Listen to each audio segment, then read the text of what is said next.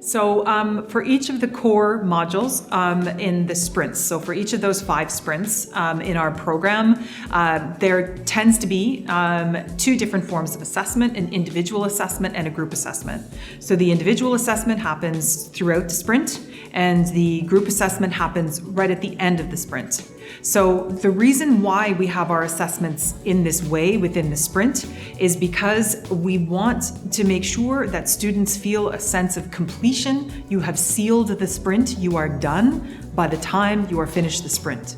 So you don't have a collection of assignments and activities that build up throughout the year. We want you to say, okay, this sprint is over, now I'm moving on to the next phase of the program.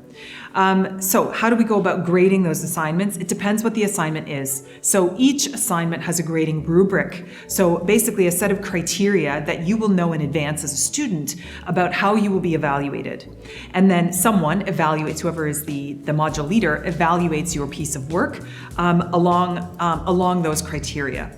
Then you will receive written feedback on your assignment, and you will receive a grade on your assignment. So grades, how do grades work? At the University of St. Gallen and in Switzerland, the grades go from 1 to 6. And this might be completely foreign to many of you. It was to me when I first joined.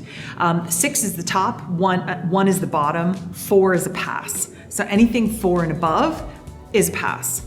With our MBA, the grades come in quarters. So 4, 4.25, 4.5, 4.75, et cetera, and then they go up along those lines, where 6 is the top.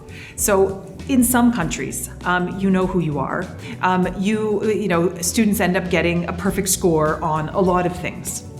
In other countries, in Europe, for instance, a perfect score is very, very rare. And so you may have to adjust slightly to the different ranges of scores that we award students in our courses. But we use a general norm or frame of reference that would be European in nature. So an average score if you remember, from 1 to 6, an average score in most of our classes is around a 4.75 to a 5.